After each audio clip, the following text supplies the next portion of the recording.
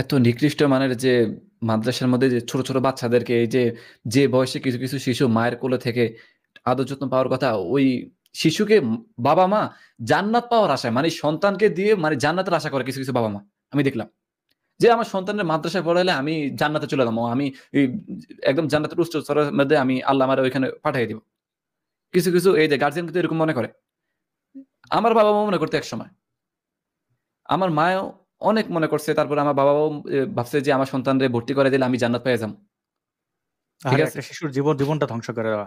দেখেন এই যে মানে গাজায় মানুষ এই যুদ্ধের মধ্যেও তারা সন্তান জন্ম দেয়, তারা ভাবে বোধহয় তার সন্তান জন্ম হয়ে শহীদ হয়ে হুম যাবে, জান্নাতে চলে যাবে। আরে এই বাংলাদেশে যুদ্ধক্ষেত্র না, কিন্তু বাবা মা মনে করে জান্নাতে চলে যাবে।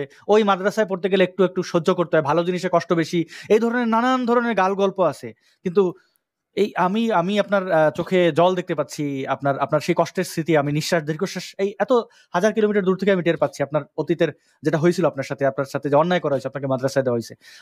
আমরা এটাই বলবো যে আপনার সন্তান একটু বড় হোক, তারপর সে ইসলাম জানলে কত কত মানুষ জেনারেল এডুকেশন থেকে এসে ইসলাম প্রচারক হয় না। এই যে এনায়েতুল্লাহ আব্বাসী, যদিও ফ্যানাটিক লোক, হুম সে তো জেনারেল এডুকেশনে ছিল, এইচএসসি পর্যন্ত সে, বা বা ধরেন এই যে জাকির নায়েক, বা ধরেন এই আবু তোহা আদনান, কত কত লোক দেখানো যায় যারা জীবনে মাদ্রাসায় পড়েনি, তারা কি ইসলাম প্রচারক হয় নাই? তাহলে জান্নাতের ঠিকানার জন্য কেন শিশুদেরকে এই এই মৃত্যুর উপত্যকায়, মানে মৃত্যুর কারখানায় ঢুকাই দিতে হবে, যেখানে আসলে আলেম ওলামাদের কোনো ট্রেনিং নাই কিভাবে পড়াইতে হয়? আপনাদের কি কোনো হুম ট্রেনিং দিয়ে বড় করানো হয়?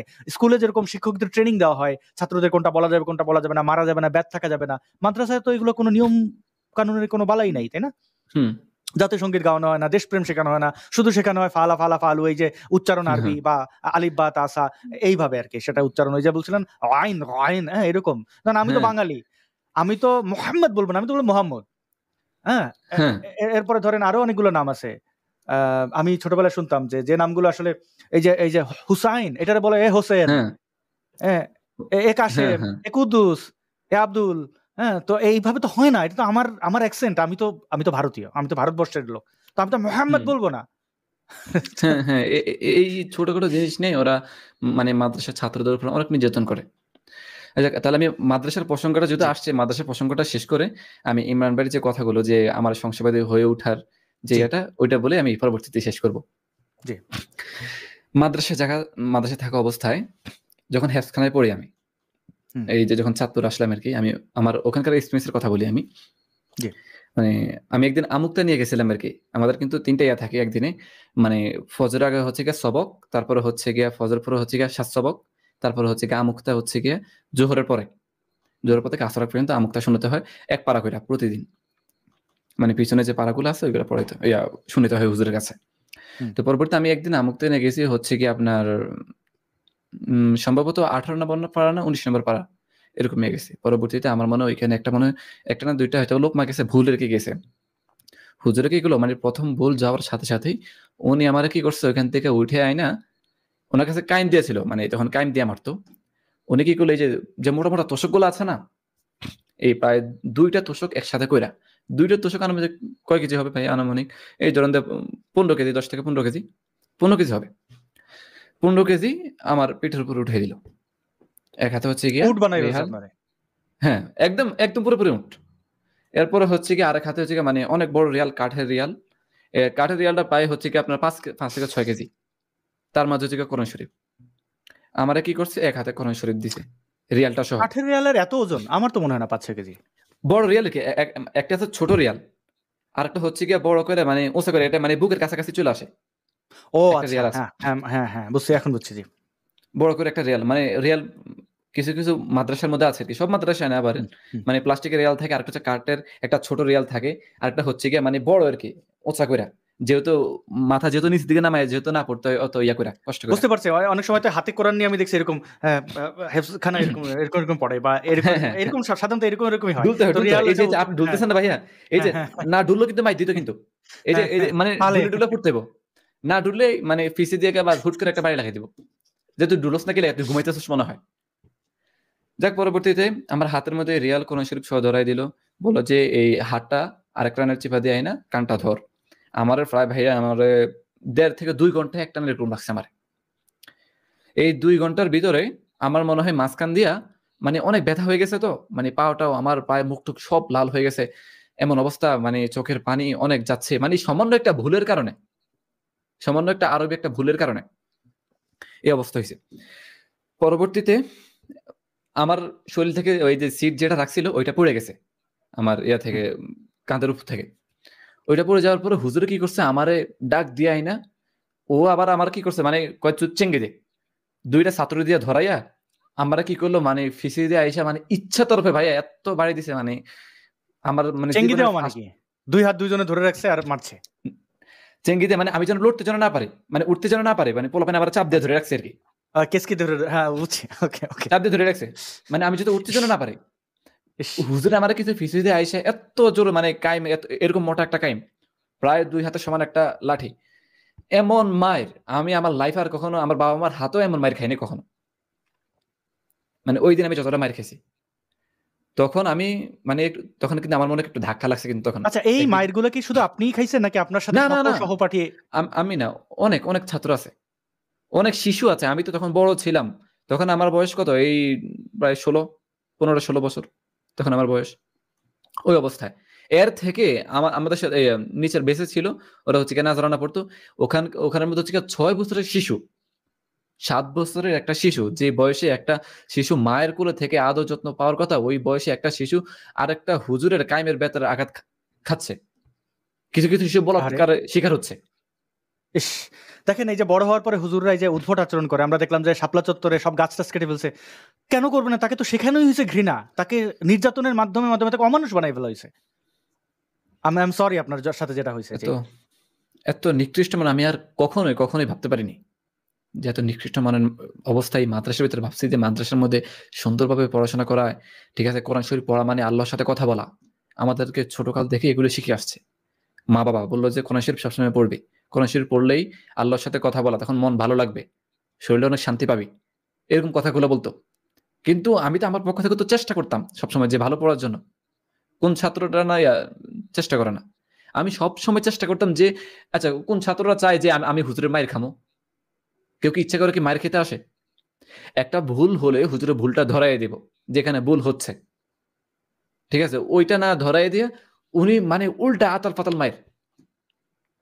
এমনকি আমাদেরকে এই যে বললাম না 6 বছরের একটা শিশু, আমি আরেকটা ঘটনা বলি, এটা হচ্ছে গিয়ে আমি যে মাদ্রাসায় পড়াশোনা করছি, মাদ্রাসার নাম বলবো না, ওই মাদ্রাসার মধ্যেই আমি বের হয়ে যাওয়ার পরে মানে যখন আমার পড়াশোনা শেষ হয়ে গেছে ওই মাদ্রাসায়, তার প্রায় 6-7 মাস পরেই ওই মাদ্রাসার মধ্যে একটা ঘটনা ঘটছে।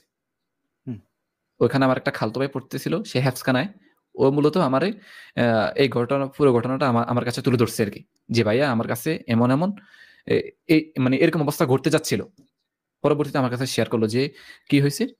পরে বললো যে আমাদের মাদ্রাসার হেফজখানা তো একজন শিক্ষক হাবেজ সাহেব, তো এখন ছাত্র হচ্ছে 30 জন। এখন উনি বলতেছে যে 15 জন 15 জন করে ভাগ করে নিবে, আরেকজন শিক্ষক রাখবে হেফজখানায়। পরবর্তীতে ওই যে পুরান যে হাবেজ সাহেব ছিল উনি কিন্তু ওই মাদ্রাসার মধ্যে আজ থেকে প্রায় 12-13 বছর চাকরি করতেছে ওই মাদ্রাসার মধ্যেই। উনি আরেকজন শিক্ষক আনলো, ওনার পরিচিত।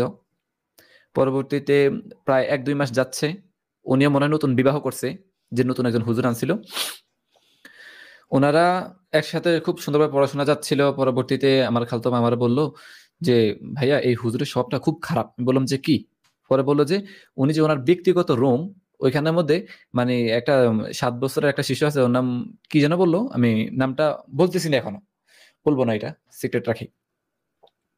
তো পরবর্তীতে ওই ছাত্র ওই হুজুরের কাছে গেল, পরে বললো যে আমার পা গুলো টিপা দে, আমার শরীরটা খুব খারাপ।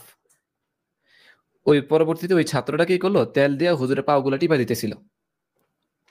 টিপা দেওয়ার পরে মানে হুজুরে আস্তে আস্তে মানে মনে হয় খুব হট হয়ে গেছে হুজুরে তখন। হ্যাঁ, হুজুরে হট হয়ে যাওয়ার কারণে মনে হয় একদম পুরোপুরি ওই ছাত্রে মানে তখন তখন মানে কি বলবো, আপনারা যারা শুনতেছেন তারা বুঝ জানেন আর কি, আমি বললাম না এটা আর, মানে হয়ে গেছে আর কি। মানে বিভিন্ন ধরনের এই যে হুজুরের কি বলবো, হুজুরের যে লিঙ্গ ওই ছাত্রকে দিয়ে ইয়া করাইছে, মুখে নেওয়া কথা বলতে গেলে খুব খারাপ লাগছে এটা। তারপরে হচ্ছে গিয়া এই ছাত্রকে হ্যারাসমেন্ট করা হয়েছে, এই ছাত্রকে হ্যারাসমেন্ট করা হয়েছে। এই ছাত্রকে বললো যে মানে এই হুজুরকে কিন্তু খুব ভয় পাইতো অনেক ছাত্ররা। কিছু কিছু ছাত্র কিন্তু মানে হুজুরে মাইর দেওয়ার পরে বাবা আমার কাছে কিন্তু বলতে চায় না যে হুজুর আমার মারছে, হুজুর আমার এদিক দিয়ে মারছে, এমনকি আমি বলতে চাইতাম না যখন বুঝতাম যে এই কথাটা আসলে বলা যায়? মানে একটা একটা একটা শিশু, তাকে দিয়ে যদি এরকম মানে সে ওয়েল, এগুলো আসলে খুবই আমার আমার এত মেজাজ খারাপ হয় এই ইয়েগুলো শুনলে, যে এদের, আমার যদি রাষ্ট্র ক্ষমতা থাকতো, এদের এদের এই এই এই এই মানে এই ধর্ষণগুলোর মানে তাৎক্ষণিক মানে তথ্য হুম, প্রমাণ হুম, সব জোগাড় করে আধুনিক বিজ্ঞান বা মেডিকেল রিপোর্ট দিয়ে এদের শাস্তি নিশ্চিত করা। কারণ এই ধর্ষকরা তো আসলে কত কত হাজার মানুষের জীবন ধ্বংস করছে। একটা ছেলে, সে সে ধরেন হুম, স্ট্রেট, মানে সে সমকামী না, সে বড় হয়ে তার সারা জীবন এই গ্লানি যে মানে হুজুরের সাথে, মানে হুজুর তাকে দিয়ে এগুলো করাইছে। মানে এটা একটা হুম, কেমন কেন নারীরা ধর্ষণের শুধু মনে করে অনেকে, আচ্ছা একজন নারী তার সাথে তো একজন যৌন সঙ্গম করছে, নারীর বোধহয় মজাই লাগছে না। যাকে সে পছন্দ করে না তার সাথে যখন এটা করতে হয়, যখন সে এটা এটা এটা এটা সে অ্যাকসেপ্ট করে না, জোরপূর্বক, ধর্ষণের শাস্তি এত মারাত্মক কেন? যারা এই মুহূর্তে হুম, দেখছেন, যারা ছেলে, আপনি ভাবেন তো আপনাকে একজন লোক ধরে, খুব পাওয়ারফুল, ধরেন নেতানিয়াহু, এখন আপনাকে আপনাকে ধরে সে যৌনকর্ম করাইলো, এই একটু আগে যেটা এনাম ভাই হুম। বললেন, আমি এটার মুখে নিচ্ছি না, এটা করাইলো, তো আপনার কেমন লাগবে? আপনি কি, মানে এইটা তো আপনি আর ফেরত পাবেন না। মানে এইটা কত বড় খারাপ একটা কাজ। জি, এনাম ভাই আপনি কন্টিনিউ করেন। আমি আমি আমি যাক, দর্শকদের বলছিলাম। হুজুরে প্রায় ওই মাদ্রাসার মধ্যে প্রায় 6 মাস খেদমত করছে, চাকরি করছে ওই মাদ্রাসায়। ওই 6 মাসের ভিতরে একে একে 7 জন ছাত্রকে এরকম অবস্থা করছে। এক পর্যায়ে আমার খালতো ভাই সিরিয়াল আসছে। আমার খালতো ভাইয়ের সময়, আমার খালতো ভাই কিন্তু খুব চালাক চতুর ও কিন্তু, হুম। ঠিক আছে, ও কিন্তু কিছুটা বুঝে কিন্তু এগুলা, ওর আমি মাঝে মাঝে এগুলো বলি, এগুলো শোনাই আমি, ও কিন্তু বুঝে। পরবর্তীতে ও কি করলো, মানে হুজুর যখন ইয়া করতে গেল না, এগুলো করতে গেল, ও ওইখান থেকে লাফ দিয়ে বের হয়ে আসলো। পরবর্তীতে ওই যে পুরান যে হাবাই সাহেব ছিল, ওনার কাছে গিয়ে এই বিষয়গুলো খুলে বললো। পরবর্তীতে পরে ওই হুজুরের কিছু ছাত্রদেরকে ডাক দিয়ে আনছে রাত্রে, যখন ওই হুজুরে ঘুমাই গেছে হুজুরের রুমে। পরবর্তীতে আমগো হেফজখানার 30 জন ছাত্র সবাইকে ডাক দিয়ে এনে হুজুরের একসাথে বসে কথা বললো। পরে বললো যে কার কার সাথে কি ঘটছে। আচ্ছা, পরে একটু ইন্টারাপ্ট করি, আমি দুঃখিত। মানে কিছু মানুষ থাকেন সমাজের মধ্যে বাগড়া ঘটান, যেমন এই একজন ব্যক্তি, ভিডিও ফানি ভিডিও নামের ওনার, উনি বলছেন, হায় রে মানুষ, ভালো হবি না, তোর কাছে কি প্রমাণ আছে? নিজের ইচ্ছে মতো কাহিনী বানানো হয়। যারা ভিকটিম তাদেরকে, আচ্ছা আপনার কাছে কি প্রমাণ থাকতে পারে? আপনি কি মাদ্রাসায় মক্তবে মোবাইল নিয়ে করেন? ছোট ছোট বাচ্চার কাছে কি মোবাইল থাকে? আর এই কাজ করান, যখন করানো হয় তখন কি লোকজন ডেকে এনে করানো হয়? এই এই এই মানুষগুলোর কারণে কিন্তু ওই ধর্ষকরা সুযোগ পায়। সে কিন্তু জানার চেষ্টা করলো না কি হয়েছে। কখনোই আমরা না, কখনোই প্রত্যেকদিন না। এই লোকটাই যদি গুগলে সার্চ করে মাদ্রাসায় ধর্ষণ, আজকে অন্তত 2-3টা ঘটনা পাবে, খুব সামান্য পত্রিকায় হুম। আসে। সবাই অভিনয় করতেছে। এগুলো শুধু এগুলো খালি বলে এক দুইটা লাভটা না তো, কি?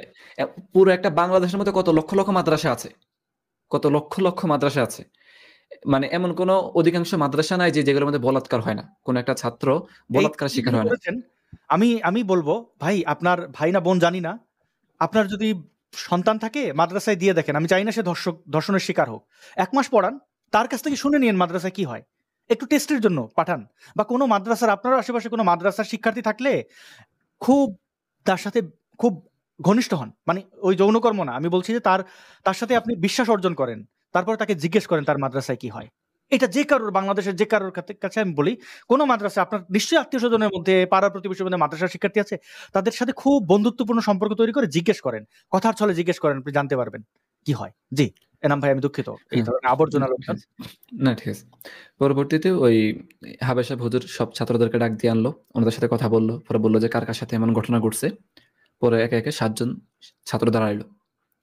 যতগুলো ছাত্রকে করছে মানে তারা মোটামুটি কিন্তু একটু সুন্দর দেখতে, চেহারা সুন্দর, তারপরে হচ্ছে গিয়া খুব ফর্সা আরকি। কিছু ছাত্র আছে না মাদ্রাসার মধ্যে আমরা দেখি, মানে খুব ফর্সা থাকে আরকি। তো মূলত তাদেরকে উদ্দেশ্য করছে। তাদেরকে উদ্দেশ্য করে তাদেরকে ডাক দিছে। পরবর্তীতে এই কথাগুলো এখন, এই যে হাবেশ সাহেব কিন্তু ওই হাবেশ সাহেবকে আনছে, তাই না? ওনার আত্মীয়। পরবর্তীতে এখন এই হাবেশ সাহেব এগুলা ধামাচাপা দিতে উনি কি করলো, এই যে ছাত্রকে সবার বললো যে তোরা কোনো কথা টথা বলিস না এগুলো নিয়ে, কোনো কিছু এগুলো কথা যেন বাইরের জন্য না যায়। এই যে এই ঘটনাগুলো ঘটছে না, এই যে 7 জন ছাত্র, এটা শুধু আমি এই মাত্র প্রথম প্রকাশ করছি বাহিরে। আমার মনে হয় না আমি ওই যে মাদ্রাসায় ঘটছে এই ঘটনাগুলা, মনে হয় না এই যে আশেপাশের যে এলাকার মানুষগুলো শুনছে, হুম। মনে হয় না কারো কানে গেছে। কারণ যে হাবেশ সাহেব বলছে, ওই হাবেশ সাহেব কিন্তু সমস্ত ছাত্র, পুরো মাদ্রাসার প্রত্যেকটা ছাত্র কিন্তু খুব ভয় পায়, ভাগের মতো ভয় পায় কিন্তু ওই হাবেশ সাহেবকে। পরবর্তীতে মানে হাবেশ সাহেব যখন চোখ বড় করে, আমরা কিন্তু হাবেশ সাহেবের চোখ বড় দেখার পরে আমরা খুব ভয় পেয়ে যেতাম সাধারণত। তারপরও ছোট ছোট বাচ্চা শিশু, ওরা তো ভয় পাবেই। ছোট একটা শিশুকে আপনি যদি বলেন যে এই যে ছুরি ধরলাম, তারপরে সে কি কখনো সত্য কথাটাকে কখনো কি বলতে চাইবে? কখনোই বলতে চাইবে না। তার গলার মধ্যে ছুরি ধরলো। যাক, পরবর্তীতে এই কথাগুলা আমার কাছে আমার খালাতো ভাই বলল। পরের দিন দেখলাম যে কোন একটা ছাত্র মনে হয় মানে প্রকাশ করতে চাচ্ছিল আরকি। হ্যাঁ? কোন একটা অন্য একটা শিক্ষকের কাছে বলল যে অন্য কোন শিক্ষকও যেন না জানে এ বিষয়ে। পরবর্তীতে অন্য কোনো একটা শিক্ষকের কাছে যখন জানাজানি হয়ে গেছে যে এই কথাগুলা ওই হাবেশ সাহেবের কাছে কিন্তু এই কথাগুলা গেছে, যে আসলে হাবেশ সাহেব 30 জন ছাত্রকে ডাক দিয়ে নিয়ে এই কথাগুলো জিজ্ঞাসাবাদ করছে, অন্য কোনো একটা ছাত্র গিয়া ওই যে হাবেশ সাহেব বলাৎকার করছে শিশুদেরকে, ওই হাবেশ সাহেবের কানে চলে গেছে। ওই হাবেশ সাহেব কি করলো, পরের দিনে ফজরের নামাজের যখন ছাত্ররা মসজিদে চলে গেল, ওই ফজরের নামাজের সাথে সাথেই হুজুর এখান থেকে গাট্টি করে একদম পালাই গেছে এখান থেকে। যাক, এইটুকু পর্যন্ত আমার এই ঘটনাটা বললো আমার খালতো ভাই। তারপর হচ্ছে কি এই যে মাদ্রাসার আর একটা ঘটনা হচ্ছে কি এই যে এতিমখানার যে ছাত্রগুলা, দর্শক যারা শুনতেছেন কিংবা যারা মুমিন যারা আছেন, হ্যাঁ, যাদের অনেকের সন্তান আছে মাদ্রাসা পড়াশোনা করে, এতিম, হ্যাঁ, কারো বাবা আছে মা নাই, কারো মা আছে বাবা নাই, ঠিক আছে, এতিমখানা মাদ্রাসার মধ্যে ভর্তি করাই দিছে, হয়তোবা ওদের যে মাসিক যে একটা খরচ, ওই খরচটা কিন্তু কোনো একজন অর্থশালী উনি কিন্তু বহন করতেছে ওই শিশুটার খরচটা প্রতি মাসে মাসে। তারপর হচ্ছে কি আমরা অনেকে জানি যে কোনো একটা মানুষ মারা গেলে গ্রামের কিংবা গ্রামের ওই মাদ্রাসা থেকেই কিন্তু 10 জন কিংবা 15 জন ছাত্র নিয়ে কোরআন শরীফ পড়ানো হয়। বিশেষ করে এতিম ছাত্রদেরকে কিন্তু ডাক দেয় যে কারা কারা এতিম আছে, হাফেজ, হ্যাঁ, যে এতিম ছাত্রদেরকে দিয়ে মানে পড়ালে বেশি সওয়াব পাওয়া যাবে, আল্লাহ এতিমদেরকে খুব পছন্দ করেন, এমনটা আমরা ছোটকাল থেকে শুনে আসছি। পরবর্তীতে এটা আমার ক্ষেত্রে আমি বলি, তখন মানে আমারে দিছিল ওই দিন আমিরের দায়িত্ব, আমার সাথে মানে 10 জন ছাত্র ছিল হচ্ছে এতিম, হেফজখানা এবং নাজারা মিলিয়ে ছোট ছাত্র আর কি। এই এক একজনের বয়স কত ধরেন, যেমন ধরেন যে 8 বছর 9 বছর 10 বছর 11 বছর 12 বছর, এর ভিতরে 10 জন ছাত্র দিছে, ওদেরকে নিয়ে আমি খতম পড়তে গেলাম। পরবর্তীতে আহ আমরা খতম শেষ হওয়ার পরে আমরা দুপুরে দাওয়াত খাইলাম জুমার দিন। পরবর্তীতে জুমার পরে হুজুরা সব একসাথে দোয়া করবে আর কি, আমরা আগে খতম পড়ে আসছি তো কোরআন শরীফ, সব হুজুরা মাদ্রাসার ওনাদের বাসায় গিয়া দোয়া করাবে, দোয়া করার পরে ওই হুজুরদেরকে হাদিয়া দিবে, এবং কি সকালে যারা কোরআন শরীফ তেলাওয়াত করছে, যারা খতম করছে, তাদের কিছু হাদিয়া দেবে যে ছাত্র যারা খতম করছে। যেমন ধরেন যে এক একজন ছাত্রদেরকে যদি 200 টাকা করে দেওয়া হয় ওনাদের পক্ষ থেকে, যে আমরা চাই প্রত্যেকটা শিশু যারা আছে এতিমখানার ছাত্র তাদেরকে 200 টাকা করে দেওয়া হোক। এর মধ্যে কি করে হুজুরদের হাতে তো টাকাগুলো দেয়, দেখা গেছে যে 5-6 হাজার টাকা আসে কিংবা 4-5 হাজার টাকা আসে, ওই টাকাগুলো তো যে প্রধান শিক্ষক মাদ্রাসার ওনার কাছে সাধারণত দেয়, কিংবা যার ছাত্র ওই হুজুরের কাছেই দেয়। তো এই টাকাগুলা আমার ক্ষেত্রে কি করছে, এই এতিমগুলা ছাত্র যারা আছে যারা কোরআন শরীফ খতম করছে তাদের ক্ষেত্রে ধরুন যে 200 টাকা করে দিছে প্রত্যেকটা ছাত্রকে, এখান থেকে হুজুরে কি করছে প্রায় 150 টাকা হুজুরে নিয়ে গেছে, দিছে কত করে, 50 টাকা করে, যে তোরা ছোট বাচ্চা মানুষ, তোরা এই টাকাগুলো দিয়ে কি করবি, হ্যাঁ, তোরা এই টাকাগুলো দিয়ে কি করবি, টাকা বেশি থাকলে নষ্ট হয়ে যাবে, খারাপ জিনিস কিনে ফেলবি, কি করবি। তারপর হচ্ছে কি ভাবে মানে ছাত্রদের ভিতরে একটা ভয় ঢুকাই দিত যে তুই তো এই যে টাকাগুলোতে পাইলি, এই টাকা নিয়ে তো তুই তো পালাই যাবি, তুই তো মাদ্রাসায় থাকবি না, তুই তো পালানোর চেষ্টা করবি, তোকে তো শাসন করলে তো তুই পালাই যাবি এই টাকাগুলো নিয়ে, তুই তো এখন তো গাড়ি ভাড়া কোনো খরচ নাই, এই টাকাগুলো তুই খরচ দিয়ে তুই পালাই যাবি, দরকার নেই এই টাকাগুলো আমার কাছে থাকুক, কিংবা এগুলা তোরা মাদ্রাসায় খাইতেছস না, তুই তো এতিম, তুই কোনো বেতন দেস। কিন্তু ওই যে বললাম না যে এতিম ছাত্রটা ওর বেতনটা কিন্তু কোন একজন অর্থশালী মানুষ উনি কিন্তু দিচ্ছে, মাদ্রাসার মধ্যে দান করছে প্রতি মাসে মাসে এতিম ছাত্রের জন্য।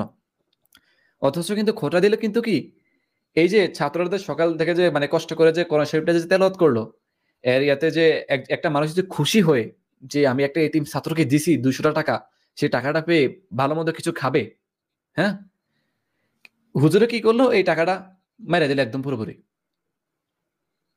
আমার ক্ষেত্রে কি করছে, আমি তো আমির ছিলাম, আমার দিছিল মোট 300 টাকা, এটা আমি পরবর্তীতে জানছি যে আমার 300 টাকা আছে, 300 টাকা থেকে আমার দিছে হচ্ছে 100 টাকা, আর 200 টাকা আমার এখান থেকে কেটে নিয়ে গেছে। মানে মানে চাঁদাবাজি এখানে আছে। একটা এতিম প্রশ্ন করতে এতিম চাই। ছাত্র যারা ছিল তাদের 50 টাকা করে দিছে, আমি তো একটু বড়, আমার যেহেতু আমির আমার 100 টাকা দিছে, মানে আমার একটু খুশি করেছে যে হে খুশি হইব। ইন্টারেস্টিং। অসততা তো এখান থেকে শেখানো হয়। অনেকেই ভাবেন যে মাদ্রাসায় যে শিশুদের ধর্ষণ করা হয় এইটা বোধহয় সমকামিতা। আসলে কি সমকামী? মানে আপনি তো এখন অনেকটাই বড় হয়েছেন। একজন সমকামী মানুষের কথাবার্তা শুনলেই বোঝা যায় উনি সমকামী কিনা। তো মাদ্রাসার এই হুজুররা কি তাদের কি বউ বাচ্চা, মানে তারা কি বাইসেক্সুয়াল কিনা? মানে নারীর সাথে সঙ্গম করেন, ছেলেদের ধর্ষণ এরকম কিনা?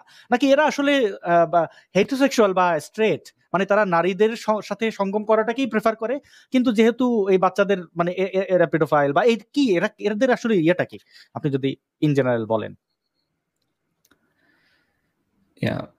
আমি আসলে বুঝতে পারিনি, এটা একটু প্রবলেম আচ্ছা, করছিল। মানে মাদ্রাসার যে যারা এই যে ধর্ষণটা করে শিশুদেরকে, হ্যাঁ, এরা হ্যাঁ। কি গে? মানে হচ্ছে যে এরা শুধু পুরুষদেরকেই চায়? এরা কি গে? মানে শিশুদের ধর্ষণ করে এটা ও ও কোন প্রকার ইয়ে এটার ছাড়া কথা এটা হচ্ছে হচ্ছে কি এরা ভাইয়া, পেডোফাইল। মানে জি। তারা তো সবসময় ওই যে কি বলবো, ইয়া খুঁজে আরকি, ফুলাক খুঁজে সবসময় তারা। আচ্ছা। আহাল্লাল্লাহুল হুলাক একটা আয়াত আছে। হুম। তো তারা ওটাই খোঁজে। তারা যখন এটা যখন কাছে পায় না, তখন তারা ওই ওটাই করে বাধ্য হইয়া। মানে তারা ঠিক আছে? নারী খোঁজে, নারীদের সাথে সঙ্গম করতে চায়। না পেয়ে এই শিশু বাচ্চাদের, যেহেতু তারা হ্যাঁ, কাউকে বলতে পারে না, বললেও কেউ বিশ্বাস হুম, করবে না এবং যেহেতু ছোট সে এটাই। বুঝবেও না কি হইছে তার সাথে, এই নিরাপত্তার জন্য, মানে তার সেফটির জন্য হ্যাঁ, সে হ্যাঁ। এটা করে। মানে একটা বাচ্চা ধরে। হ্যাঁ, তো হ্যাঁ, বাচ্চাদেরা। তাহলে আমরা বুঝলাম এটা কাঠামোর প্রবলেম। মানে এই হুজুর যদি জানতেন যে আসলে তবে আমি সবার এই ক্ষেত্রে জানি না যে আসলে মানুষদের মধ্যে কিন্তু থাকে কিন্তু। ঠিক আছে? কেউ বাচ্চা ছেলে কিংবা কেউ পুরুষের প্রতি আসক্ত কিংবা কোনো নারীর হুম, প্রতি আসক্ত। আবার কেউ আছে, কোনো পুরুষ আছে যে সে শুধু অন্য একটা পুরুষের প্রতি শুধু আসক্ত। কোনো নারীর প্রতি না। হুম, আবার কোনো আচ্ছা। নারী আছে, সে মানে নারীর প্রতি আসক্ত। একটা নারী একটা হ্যাঁ, নারীর প্রতি এইটা আসক্ত। এইটা এইটা তো সমাজের 8 থেকে 10% লোক সমকামী হন। এই যে হ্যাঁ, LGBTQ+ এটা কেন? এই যে লেসবিয়ান, গে, হ্যাঁ, ট্রান্সজেন্ডার, বাইসেক্সুয়াল, এই যে LGBTQ, এই বি কেন? এইগুলোর বিভিন্ন ফর্ম আছে। সেক্সুয়াল ওরিয়েন্টেশন আছে। সেটা আমি বলিনি। আমি বলছি যে এই যে ধরেন যে যে স্ট্রেইট সে একজন নারীকেই কল্পনা করে, একজন মোল্লা, মানে একজন মাদ্রাসার শিক্ষক বা মসজিদের শিক্ষক। কিন্তু সে নারী পাচ্ছে না বলে এই অপকর্মটা করছে। এখন আবার অপরদিকে আম সে কিন্তু এটার বিকল্প আছে। সেক্স টয় আছে। অথবা সে মাস্টারবেট করতে পারে, যেটা ওই বা বা বা আব্বাসি বলছে মাস্টার মাইন্ড। তো হুম, হুম, এগুলোকে আবার তো ইসলামে নিষিদ্ধ। তাহলে তো এটা পদ্ধতির সমস্যা। যদি ইসলাম এলাও করত বা এই হুজুরদের যদি ভালো বেতন দেওয়া হইতো, তারা যদি তাদের স্ত্রীদের সাথে হুম। কাছাকাছি থাকতে পারতো। যেমন একজন শিক্ষক যখন শিক্ষকতা করেন, তিনি তার স্ত্রী সন্তান নিয়ে স্কুলের পাশাপাশি কোথাও একটা বাসা ভাড়া নিয়ে থাকেন। তো আসলে তো এই মাদ্রাসার শিক্ষা পদ্ধতিতে ত্রুটি। এই মানুষগুলো তো হুম। আসলে একটা সিস্টেমের ওদের তো মধ্যে পড়ে করার যে কিছু এই থাকে না। অপরাধগুলো হ্যাঁ, করতেছে। ওদের তো করার কিছু থাকে না। ওদেরও তো একটা চাহিদা আছে। প্রতিটা মানুষেরই চাহিদা একটা চাহিদা চাহিদা থাকে। করার থাকে, যদি সে আসলে পড়াশোনা করতো, জানতো যে হ্যাঁ, হ্যাঁ। সেক্স টয় কিনতে পাওয়া জানতো যায় খুব কিন্তু কম দামে। হুম, হুম, হুম। যাক, কি যেন বলতে চাইছিলাম? তো জি, এরা এই অপকর্মগুলো করে এবং এই যে শিশুদের টাকা আ মেরে খায়, এই বাটপারি শিখায়, নির্যাতন করে। আ আচ্ছা, এই আপনার এই বিষয়গুলো প্রসঙ্গটা মাদ্রাসা। বলি একটু। এই যে মাদ্রাসার মধ্যে এ মূলত সওয়াবের উদ্দেশ্যে কিন্তু ছাত্রদের কিন্তু ডাক দেওয়া হয় হুজুরের রুমে, পার্সোনাল রুমে। হুম, যে হুম। খেদমত। মানে হুজুরের খেদমত করলে, হুজুরের হাত পাও টিপা দিলে সওয়াব পাওয়া যাইব। ঠিক আছে? হুজুরের মন থেকে অনেক দোয়া আসে। এরকম কিছু আমাদেরকে শোনায় সবসময়। শুনাইতো এমন। এখনো অনেক মাদ্রাসার মধ্যে কিন্তু শোনাচ্ছে এরকম, শোনায় ছাত্রদেরকে নিজের রুমে ডাক দিয়া নিয়া পরবর্তীতে তেল মালিশ করায়, যে চুলগুলো একটু টিপা দেয়, মাথাটা একটু টিপা দেয়, হাতগুলো একটু টিপা দেয়, তেল দিয়ে একটু মালিশ করে দেয়, পাগুলো একটু মালিশ করে দেয়। যখন একটা মানুষকে যখন মালিশ করতে থাকে সাধারণত, আমাকে কেউ যদি এখন যদি এখানে অন্য কারো যদি হাত যদি লাগে আমার শরীরে, কিংবা এরকম করলো অথবা এখানে আমার সাধারণত একটু সুড়সুড়ি লাগবে। ঠিক আছে? একটু খারাপ লাগবে আমার কাছে একটু। কিন্তু হুজুরের ক্ষেত্রে কি করলো? হুজুরে এটাকে উপভোগ করে। যে আমার কাছে একটা নারী নাই, একটা ছেলে মালিশ করতেছে, তেল মালিশ করতেছে, গরম হয়ে যাচ্ছে। ঠিক আছে? খুব হট হয়ে যাচ্ছে, তখনই ওই কাজটা করে ফেলে হুজুরে। অধিকাংশ আমাদের মাদ্রাসার মধ্যে ভারতবর্ষে এটা। এই কুসংস্কারগুলো ছিল অনেক আগে। ব্রাহ্মণদের কাছে এই নারীদেরকে, মানে শিশুদেরকে, মানে মেয়ে শিশুদেরকে পাঠানো হতো, তাদের সাথে বিয়ে হওয়ার পরে অন্য জায়গায় বিয়ে দিতে হতো। ব্রাহ্মণ শুদ্ধ করে দিত। এগুলো শত বছর, হাজার বছর আগের কুসংস্কার, সেগুলো কবে বিলুপ্ত হয়েছে? ইসলামে এখনো এটা যে হুজুরের শরীর টিপা দিলে সওয়াব হবে, এবং এটা বিশ্বাস করছে মানুষ। হ্যাঁ, কিংবা এই যে হুজুরের শরীর দিয়ে টিপে দিতেছে, এটা কিন্তু অনেক গার্জিয়ান কিন্তু জানেও না। অনেকে শুনলেও বিশ্বাস করতে চায় না। আবার যারা শুনে তারা কিন্তু প্রতিবাদ করতে কিন্তু আসে। অনেকেই। যারা আবার হুম, কিন্তু বুঝে। ও ভাইয়া, আমার ক্ষেত্রে একটা ঘটনা ঘটছে, এটা আমি আপনাকে বলি। জি, দর্শকদের উদ্দেশ্যে বলি। জি। আমি যে মাদ্রাসায় পড়াশোনা করছি, ওই মাদ্রাসায় একজন হুম। মুহতামিম ছিল। আম আ হাফেজ এনাম ভাই, আপনার ইন্টারনেট কানেকশনের বোধহয় একটু প্রবলেম হয়েছে। আ একজন আচ্ছা, আপনি এনাম ভাই আবার ফিরে আসবেন। আমি দর্শকদের উদ্দেশ্যে জানতে চাই যে এটা কি আমি দেখতে পাচ্ছি না এনাম ভাইকে, নাকি আপনাদের প্রবলেম হচ্ছে? আচ্ছা, এনাম ভাই চলে গিয়ে আবার এসেছেন। একজন জিজ্ঞেস করেছেন আমার Instagram অ্যাকাউন্ট কি হয়েছে? Instagram অ্যাকাউন্ট আ সাইবার সন্ত্রাসীরা অ্যাটাক করেছে। এটা ভালো হয়েছে। এখন Facebook এটা যেহেতু মেটার, ওইটা ফ্রিতে ভেরিফিকেশন পেয়ে যাবো। Thank you. ভাইয়া, আমার এখান জি, থেকে কারেন্ট চলে গেছে। এখন ইউপিএস চলতেছে। একটু পরেই হয়তোবা বন্ধ হয়ে যাবে। জি। মনে হয় না বেশিক্ষণ থাকবে। আমি ওই ওকে। কথাটা বলে আমি শেষ করে দিচ্ছি। জি, জি, জি। আমার মাদ্রাসায় যে মুহতামিম ছিল, উনার একজন, আমি কিন্তু খাদেম ছিলাম। ওই চাঁদপুর যেটার কথা বললাম। হুম, তো ওই হুজুর কি করলো, আমারে দিয়ে প্রতিনিয়ত উনার লুঙ্গিটা ধোয়াইতো। এবং কি যদি সাধারণ কোনো লুঙ্গি হতো, হ্যাঁ? হুম, তাহলে কোনোভাবে মানা যেত। আমি এটার মধ্যে এত নিকৃষ্টতম দুর্গন্ধ পেয়েছি, যেটা আমি কখনোই কল্পনা করতে পারিনি। হুম। এক কথা বলতে গেলে বলবো যে লাসা লাসা। ওকে। দর্শকরা বুঝছে কিনা জানি না। হ্যাঁ, এক কথা বলতে কিন্তু কিন্তু এটা স্বাভাবিকভাবে হতে পারে। মানে সে কি এটা ওই উনি বাচ্চাদের আমাকে ধর্ষণ করে এটা? এখন আমি এটাকে কিভাবে বলবো? কিন্তু উনি এটা আমাকে দিয়ে কি ধরনের কখনো উচিত ছিল? না, এটা অন্যায়। এটা অবশ্যই অন্যায়। হ্যাঁ, অবশ্যই একজন অন্যায়। একটা পার্সোনাল একটা জিনিস, পার্সোনাল একটা পোশাক, সে এটাকে ব্যবহার করলো। হ্যাঁ, ব্যবহার করে সে কি করলো? হস্তমৈথুন করলো নাকি ধর্ষণ করলো, কি করলো? এইটা এটা তার তো আর শিশুদের, তার সন্তানদেরকে দিয়েও পারে না, এমনকি তার স্ত্রীকে দিয়েও পারে না, যদি তার স্ত্রী নিজে থেকে এটা না করে। হ্যাঁ, এটা তো তার নিজের উনি আমাকে কি করতো? কি ওই জঘন্য ইস! সবসময় প্রতিনিয়ত আমি ধুইতে চাইতাম না। হ্যাঁ? কিছু ক্ষেত্রে উনি আমারে কি করতো? সাপ্তাহিক একটা ছুটি, মানে সাপ্তাহিক বলতে ১৫ দিন পর আমি ছুটি চাইতাম আরকি। উনি বলতো, তাহলে তোকে ছুটি দেওয়া হবে না। তুই আমার লুঙ্গি না তুলে।" এরকমও পর্যন্ত আমাকে বলতো। কারণ সাধারণত পরিবারের প্রতি একটু মায়া থাকেই। আর আমি শুরুতে বলছি যে আমি একজন পরিবারের বড় সন্তান আমি। সমস্ত সংসারের দায়িত্ব আমার উপরে। আমার সাধারণত বাড়ির মধ্যে বাবা-মার খোঁজ রাখতে হয়, ছোট ভাইটার খোঁজ রাখতে হয়। ১৫ দিন পরে একদিন গেলে শুক্রবারে হয়তোবা শনিবারে সকালে ভোর চলে আসি। এরকম অবস্থা। তো উনি বলতো যে, "আমার লুঙ্গি না দিলে তোরে ছুটি দিব না।" এরকমটাই সবসময় আমাকে বলতো। এখন বাধ্য হইয়া উনার লুঙ্গিগুলা সবসময় ধুইতে হইতো আমার। মানে এত নিকৃষ্টতম কখনো ভাবতে পারিনি যে আসলে হুজুরদের মানে এমন করে। ও আরেকটা হচ্ছে গিয়া, মানে এটা একটু প্রকাশ করি, যখন কিতাবখানা যখন হুম। পড়তাম মিজান জামাতে, উনি হচ্ছে গিয়ে সবসময় নারীদেরকে এমন চোখে দেখতো। মানে আমি তো ভাবতাম যে নারীদেরকে খুব সম্মান দেওয়া হয়েছে। এই যে বর্তমান নারীরা বলতেছে যে নারীদেরকে খুব সম্মান দেওয়া হয়েছে। হ্যাঁ? কিন্তু ওই হুজুরের ক্ষেত্রে আমি দেখলাম যে হুজুরে এত নিকৃষ্টতম চোখ দিয়ে কেমনে নারীদের দিকে তাকায়। রাস্তা দিয়ে কোন একটা নারী হাইটা গেলে বলে যে, আমগুলো দেখাইতো। আমরা তো ছাত্র, আমাদের যে আমরা শুনছিলাম ইউপিএস এর বিপ, এবং আমার মনে হয় যে এনাম ভাইয়ের কম্পিউটার বন্ধ হয়ে গেছে, এবং আনফরচুনেট এটা তো আসলে আমাদের বাংলাদেশে এটা হয় যে ইলেকট্রিসিটি যখন তখন চলে যায়। এটা ভারতেও হয়, সম্ভবত নেপালে হয়, ভুটানেও হয়, শ্রীলঙ্কায় হয়। তো প্রিয় দর্শক, আপনারা আমাদের আসলে এটা চেষ্টার ত্রুটি ছিল না, কিন্তু আমরা এনাম ভাইকে আর হারিয়ে ফেললাম কানেকশন, এবং তিনি বলছিলেন তার ওখানে ইলেকট্রিসিটি চলে গেছে। আমরা নিশ্চয়ই হাফেজ এনামুল হক, তার পুরো নাম এনামুল হক ভাইয়ের কাছ থেকে আরো তার মাদ্রাসার এই ভয়ঙ্কর অভিজ্ঞতা সেগুলো শুনবো পরবর্তীতে। আম, তো তার ভবিষ্যৎ জীবন সুন্দর হোক সেই কামনাই করি, এবং তাদের মতো যারা বিপদে আছেন তাদেরও আসলে বিপদমুক্ত হোক, মাদ্রাসা শিক্ষা হোক সবার জন্য। এটা এটা আয়নাঘর না হোক, এটা জেলখানা না হোক, ওখানে মানুষ টর্চারের শিকার না হোক। ইসলামিক শিক্ষা যে কেউ গ্রহণ করার অধিকার রাখেন। আমার ইসলামিক শিক্ষা নিয়ে কোনো আপত্তি নেই, কিন্তু সেটা যেন সুশিক্ষা হয়।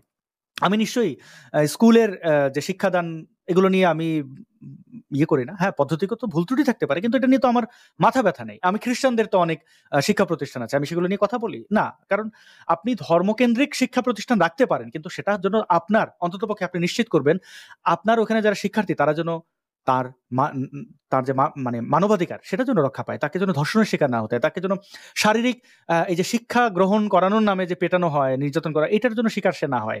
এই বিষয়গুলোকে আপনাকে নিশ্চিত করতে হবে। তো আবার যাদের ইসলাম প্রচারের জন্য রাখেন, এই যে মোল্লা মুন্সিদের আমরা বলি, অপমান করি, অনেক সময় বলি, ঠাট্টা করে বলি, কিন্তু তাদের তো অধিকার রয়েছে একটা পেশায় যদি তিনি নিযুক্ত হন, একজন ইমাম যদি হন, তার পূর্ণ বেতন পাওয়ার, অন্য একজন মানুষের সমান একটা একটা বেসিক জীবনযাপনের জন্য যে টাকার দরকার সেটা তো তাকে দিতে হবে। আপনারা সেটা নিশ্চিত করেন না কেন? ইমামদেরকে দিয়ে, মাওলানাদেরকে দিয়ে তো আপনারা দালালি করান। কেন দালালি করান? তো আপনারা তো এইভাবে ইসলামটাকে তো ভেঙে দিচ্ছেন। মানে মেরুদণ্ড এখন আমরা এই সত্য কথাগুলো বলার পরে আমাদেরকে ভুল বোঝেন। আপনারা ভাবেন আমরা ইসলামের বিলুপ্তি চাই। ইসলামের বিলুপ্তি আমি চাইলেও পারব না করতে তো। আপনি চাইলে ভেবে দেখেন তো, হিন্দু ধর্মের বিলুপ্তি আপনি করাতে পারবেন? এই বাংলাদেশ থেকে এত লক্ষ কোটি হিন্দুদেরকে মেরে পিটিয়ে বের করে দিয়েছেন। দেশ ত্যাগ করতে বাধ্য করিয়েছেন। তো হিন্দুরা কি মুসলমান হয়ে গেছে? কয়জন হয়? আর জোর করে যে এইভাবে হয় না। পুরো পৃথিবীতে এত এত এত হাজার বছর ধরে এই যে ধর্মীয় মারামারি, মুসলমানরা তো সেই 22%ই। দেখেন, গুগল করেন কত পার্সেন্ট মুসলমান। মানে মুসলমানদের মধ্যে আরো অন্যান্য যে সেক্ট গুলো আছে, যেমন শিয়া, সুন্নি, আহমেদিয়া সহ বাহাই আছেন, আরো অনেক সেক্টর। তো সেগুলো নিয়ে তো এগুলো হয় নাই, আপনারা পারেন নাই জোর করে এই করতে। আমি আমি দেখছি এনাম ভাই আবার আমাদের মধ্যে যুক্ত হয়েছেন। এনাম ভাই, আপনি বোধহয় কোনোভাবে ফোন থেকে যুক্ত হয়েছেন। দেখি তো আপনাকে শোনা যায় কিনা জি কথা জি বলে। ভাই আমি জি ভাই আমি ফোন থেকে আসছি। আমি আমার আচ্ছা। কম্পিউটারে ক্যামেরা থেকে চলে গেছে, হ্যাঁ, কারেন্ট চলে গেছে, তো উপরে দিয়া আপনার 2-3 মিনিট কিংবা 5 মিনিটের বেশি থাকে না এটা। তো আচ্ছা, এই জন্য আমি আবার মোবাইল এতটুকুই দিয়ে বলি। চলে আসছে। হ্যাঁ, আমি শুনতে পাচ্ছি আপনাকে, কিন্তু একটা প্রবলেম আছে যে আমি আরেকটু বলি। আমি যে ওয়েবসাইটটা থেকে স্ট্রিম করি এটা হচ্ছে স্ট্রিম ইয়ার্ড নয়, এটা হাই রেজলিউশনের 1080 ইন্টু 1920।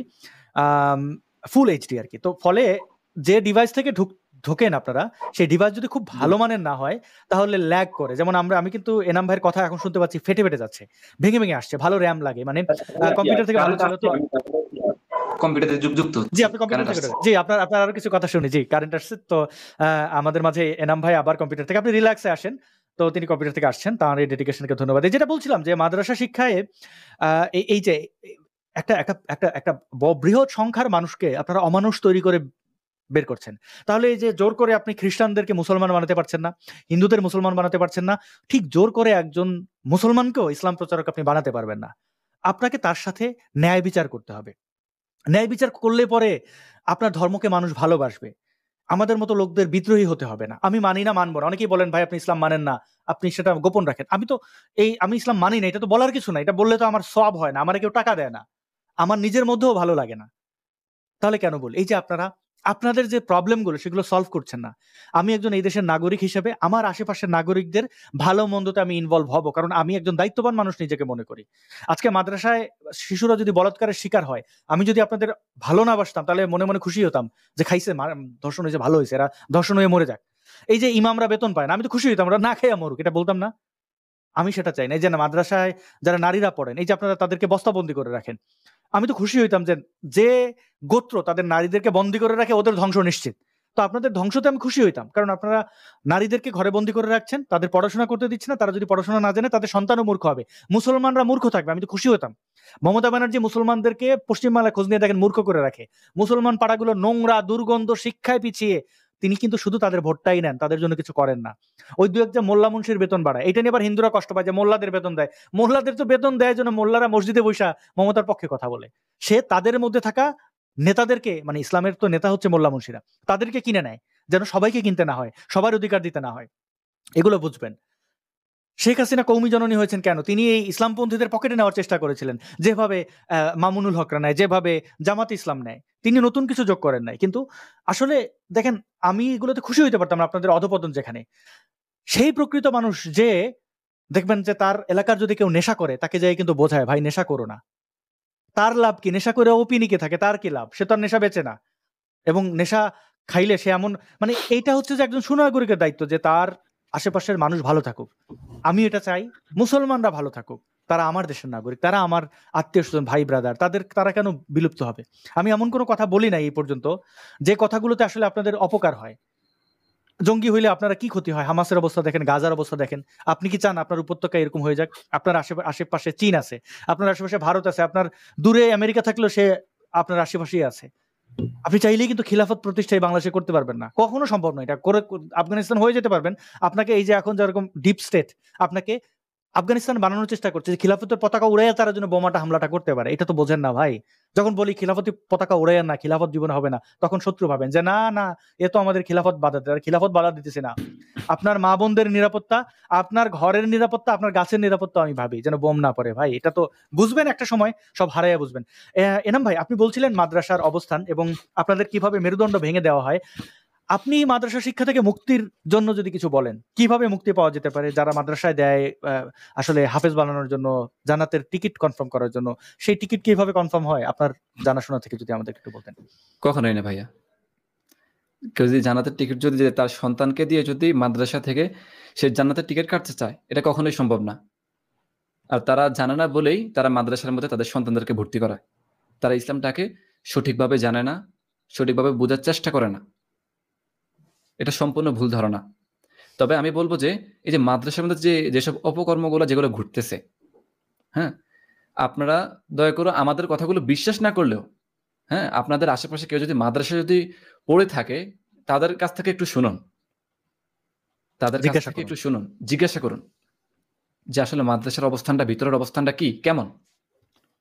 মাদ্রাসার যে সত্যিকারের যে ঘটনাগুলো, এগুলো কি সত্যিকারের আপনাদের কাছে পুরো ঘটনা কি আপনাদের কানে কি পৌঁছায় কিনা, এটা একটু জানুন আপনারা। এটুকু বলবো। তবে আমি বলবো যে আপনার সন্তানকে মাদ্রাসায় ভর্তি করার আগে ভাবুন, চিন্তা করুন, এইটুকুই।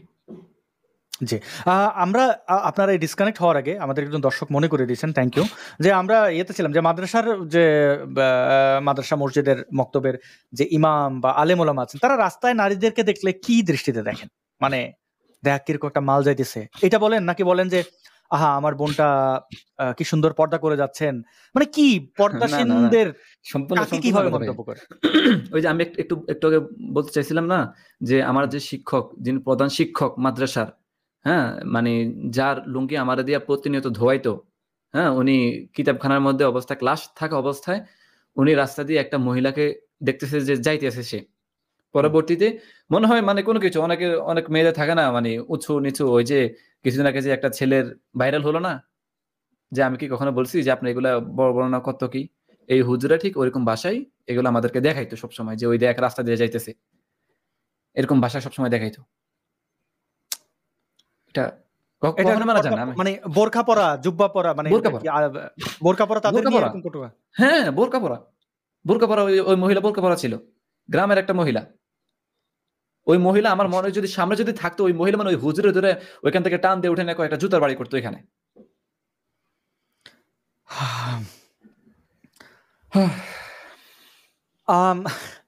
এটা দুঃখে আমি হাসি শুধু যে যেই পুরুষরা মায়ের জাতির প্রতি সম্মান রাখে না, তাদের নিয়ে তাদের শরীর অঙ্গ এগুলো নিয়ে কটু কথা বলে, তাদের শুধু দুটো জিনিস ভাবতে বলবো। আপনি নারীর যোনিকে এত এত এত বাজে ভাষা ব্যবহার করেন, আপনি ওই যোনির ভেতর দিয়ে বের হয়েছেন পৃথিবীতে। এবং আর কি আছে, নারীর স্তন, যে স্তন পান করে আপনি, আপনার পৃথিবীর প্রথম খাবার ছিল স্তন। এবং যে নারীদেরকে কটু কথা বলেন, সেই নারী আপনাকে প্রথম এই যে কথাটা বলেন, ওই ভাষাটা প্রথম সেই নারী শিখিয়েছিল। কত বড় গাদ্দার হলে পরে আপনি এই কাজটা করতে পারেন? শুধু নারী কেন, একজন পুরুষ বেটে, কালো, লম্বা, মাথায় চুল আছে কি নাই, দাঁত একটা উঁচু না নিচু, কান একটা কাটা কিনা, এগুলো নিয়ে আপনি এই কটু কথা বলতে পারেন না। কারণ ওই জিনিসটা, যে এই জিনিস নিয়ে আপনি কটু কথা বলছেন, ওই জিনিসের দায়িত্ব তার না। একজন লোকের কান কেটে গেছে, সে কি নিজে কি নিজের কান কাটে নাকি? আপনি আপনার নাক কাটবেন নাকি? একটা লোক কালো, সে কি নিজে বলছে নাকি এটা কি ফেসবুকের প্রোফাইল পিকচার নাকি যে আমি আমি সিলেক্ট করছি প্রোফাইল পিকচার এটা চাই, কভার ফটো এটা চাই? সে বা বেটে বা অনেক লম্বা, এটা কি সে ডিসাইড করছে নাকি? বা তার শরীরে একটা দাগ আছে বা অনেক কিছু, এটা তো কেউ চায় না ভাই। একটা লোকের হাত ভাঙা, আমি দেখছি এই খোড়া, এই কানা, এই বধির, এরকম কটু কথা বলে, এই কাজগুলো করবেন না। এবং বিশেষ করে কখনোই নারীকে নিয়ে কোনো কটূক্তি করবেন না, এবং অন্য প্রাণীর প্রতিও আঘাত করবেন না, নির্যাতন করবেন না, একটা গাছের পাতাও বিনা কারণে ছিঁড়বেন না। আমি ইসলাম থেকে যেটা শিখেছি, আমার নানি ইসলাম থেকে, আমার নানি খুবই ধর্মপ্রাণ একজন মানুষ ছিলেন। উনি আমাকে গাছের পাতা ছিঁড়তেও নিষেধ করতেন, বলতেন যে গাছের পাতা আল্লাহর জিকির করে। তো আসলে এই ইসলাম তো ভালো, যে ইসলাম আসলে আপনি ইসলামটাকে ওইভাবে মানুষের কল্যাণে প্রচার করেন, মানুষের জন্য যেটা উপকার হয়, আপনি সেখান যে নদী ধ্বংস না করতে, নদীতে নোংরা না ফেলতে, এটা আল্লাহর নামে প্রচার করেন। নদী নোংরা না করতে, গাছ উজাড় না করতে, প্রকৃতি ধ্বংস না করতে, কোনো প্রাণীকে লাথি না মারতে, একটা কুকুর দেখলে লাথি মারা, বেড়াল দেখলে ঢিল মারা, এইগুলো ইসলাম এইভাবে প্রচার করেন। নারীদেরকে কটু কথা না বলতে, নিজের চোখের পর্দা করার জন্য একজন পুরুষের প্রথম কাজ, সেইগুলো করা যায় কিনা। এনাম ভাই, আপনার কাছ থেকে আরেকটা অধ্যায় সম্পর্কে আমি জানবো যে মাদ্রাসায়, মানে আমি মনে করি পর্ন ভিডিও দেখাটা হচ্ছে যে অবক্ষয়। এখানে আসলে মানে যৌন কর্মটাকে অভিনয়ের মাধ্যমে দেখানো হয়, এবং এটা একটু পর্ন নিয়ে যারা আসক্তিতে আছেন তারা একটু স্টাডি করবেন। তো আপনি কোন একটা ফিল্ম দেখছেন আধা ঘন্টার, এটা আসলে কয়েকটা দিনে শুট করা হয়, কয়েকটা সেকশনে, কয়েকটা সেগমেন্টে শুট করা হয়। তো আপনি হয়তো ভাববেন যে জননাঙ্গ যেগুলো, এগুলো নিয়ে কম্পেয়ার করবেন, আপনার কেন ওরকম না, আপনি ফ্রাস্ট্রেশনে পড়ে যাবেন। একজন নারী হলে আপনি ফ্রাস্ট্রেশনে পড়ে যাবেন। আসলে এইগুলো আমি একটু যেহেতু এনাম ভাইও প্রাপ্তবয়স্ক, আমি বলে রাখি যে ধরুন আপনি পর্ন ভিডিওতে দেখছেন একজন নারীর স্তন যেরকম, আসলে বাস্তবে এইভাবে ন্যাচারাল শরীর এরকম হয় না। তো আপনি তো নারী হলে ফ্রাস্ট্রেশনে পড়ে যাবেন যে আমার স্তন এরকম না কেন। বা আপনি একজন পুরুষ, এখন আপনি ভাববেন যে আমার জননাঙ্গ এরকম না কেন। বা পিনাকি ভট্টাচার্যের মতো আপনি অন্য নারীকে আপনি অনেক কিছু দেখাতেই পারেন, অদ্ভুত সব পোজ দিতেই পারেন, কিন্তু এগুলো ফ্রাস্ট্রেশনে পড়ে যাবেন। এইখান থেকে মানে আমার মনে হয় আমাদের যৌন শিক্ষা বলতে মানুষ মনে করে বোধহয় যৌনকর্ম কিভাবে করবেন এটা শেখানো হয়, নারী পুরুষ কিভাবে, আসলে ওইভাবে না। যৌনকর্ম মানে যৌন শিক্ষার মানে অনেকগুলো ধাপ। আপনারা যৌন শিক্ষা নিজেও নিতে পারেন, চ্যাট জিপিটিকে জিজ্ঞেস করতে পারেন, গুগলে সার্চ করতে পারেন। এখানে একটা সুশিক্ষা, মানে আপনি কিভাবে, আপনি যদি সন্তান না চান তাহলে কিভাবে আপনি জন্ম নিয়ন্ত্রক, আপনি কন্ডম ব্যবহার করবেন। অনেক কন্ডম না ব্যবহার করে অনেক ধরনের পিল খায়, যেটা 72 আওয়ার্স, বা এগুলো যে কি ক্ষতি করে পরবর্তীতে আপনি অনেক সন্তান, ক্ষতিকর। এগুলো আপনার, এগুলো তো কিডনির যৌন জন্য অনেক শিক্ষা। ক্ষতিকর বিশেষ করে। অনেকের আমি চিকিৎসাবিদ নই, আমি জানবো না, কিন্তু এটা আপনি জানতে পারেন। আপনি অনেকে মনে করেন যে এই যে সান্ডার তেল ব্যবহার করলে যৌন ক্ষমতা বেড়ে যায়, এইটা যৌন শিক্ষা যে সান্ডার তেলে কিছু হয় না, বা অনেকে বড়ি খায় এই যে যৌন উত্তেজনা বাড়ানোর জন্য, এগুলো পরবর্তীতে আপনার যৌন কর্ম খুব নষ্ট করে দেবে। অনেকে বা অনেক নেশা করে, এই নেশাগুলো অনেকে মনে করে মদ খাইলে তো সে ভালো যৌন কর্ম করতে পারে, অনেকে মনে করে গাঁজা খেলে। এগুলো যে আসলে এই যৌন শিক্ষার অধ্যায় এগুলো শেখানো হয়, আসলে এগুলো ভালো না খারাপ কোনটায় কি কাজ করে, আপনি কিভাবে যৌন সঙ্গম করলে আসলে আপনি অনেকে কন্ডম পছন্দ করেন, সেটা ছাড়াও আপনি কিভাবে একটা মানে এটাকে অনেকে বলে যে মানে সফল, মানে অনেক ধারা আছে, আপনি এগুলো শিখতে পারবেন। তো যৌন শিক্ষা স্কুলে থাকা উচিত। এটা মানে স্তর অনুযায়ী, বয়সের স্তর অনুযায়ী সেই শিক্ষাগুলো, যেরকম আমরা প্রথম যখন ক্লাস 1-2 তে পড়ি তখন তো নিশ্চয়ই আমাদের ম্যাথমেটিক্স পড়ানো হয় না, তখন আমাদের জ্যামিতি পড়ানো হয় না, তখন আমাদেরকে রসায়ন পড়ানো হয় না, তখন শুধু আমাদের বর্ণমালার সাথে পরিচয় করা হয়, ছোট ছোট ছড়া পড়ানো হয়, কবিতার সাথে পরিচয় করা হয়।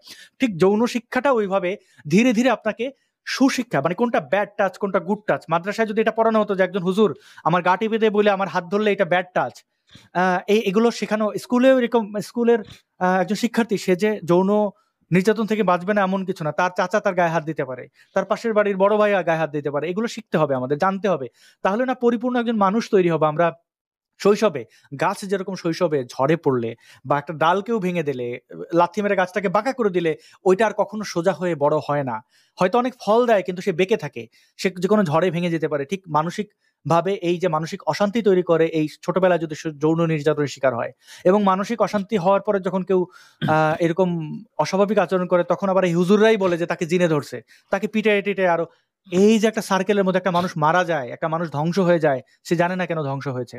এবং এই যে আত্মীয় স্বজনের মধ্যে বিয়ে শাদী হওয়া, কাজিনদের মধ্যে বিয়ে, এটা পাকিস্তানে বেশি হয়, তাদের মধ্যে এই যে শারীরিক প্রতিবন্ধী কেন হয়, হ্যাঁ, এই জেনেটিক সমস্যা হয়, এগুলো জানবেন।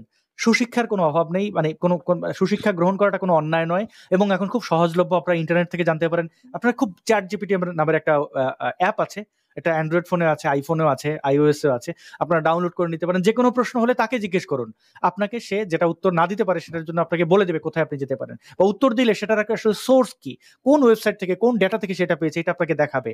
আপনারা জানুন, কোনো ভুলভাল আগে কিছু হলে আমরা অমুককে জিজ্ঞেস করতাম, তমুককে জিজ্ঞেস করতাম, নানা মুনির নানা মত, এখন বিজ্ঞান আপনাকে সেই উপকারটা করছে। আজকে এনাম ভাই এক জায়গায়, আমি এক জায়গায়, আমরা এই যে কথাগুলো বলছি আপনাদের কল্যাণের জন্য, এনাম ভাই আপনি আমাদেরকে যদি মাদ্রাসার যারা শিক্ষার্থী তাদের জন্য যদি কোনো একটা পরামর্শ দিতেন যে তারা কিভাবে এই ব্যাড টাচ গুড টাচ থেকে, ধর্ষণের হাত থেকে বা শারীরিক নির্যাতন পড়ার নামে যে ইয়ে করে, এগুলো থেকে কিভাবে বাঁচতে পারে বলে আপনি মনে করেন?